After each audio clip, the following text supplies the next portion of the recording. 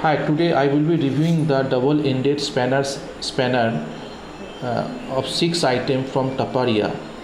I have bought it from online of about 180, but the price written over here is 195. And these are the item I have already opened. So you can see that there are 6 tool items are there, and the item number in Taparia, it is written as DEPO06N.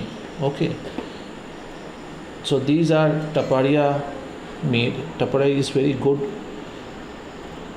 creates very good quality tool sets, and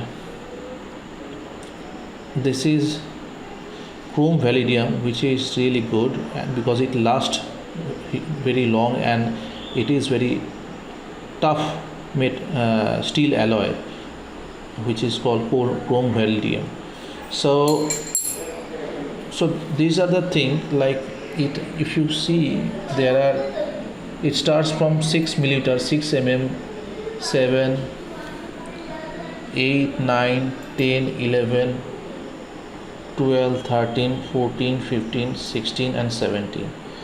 The length of the smallest tool is around 9.5 to, it's around 15 centimeter. And for most of the cycle use, I have my circle of my kit. So it has various nuts and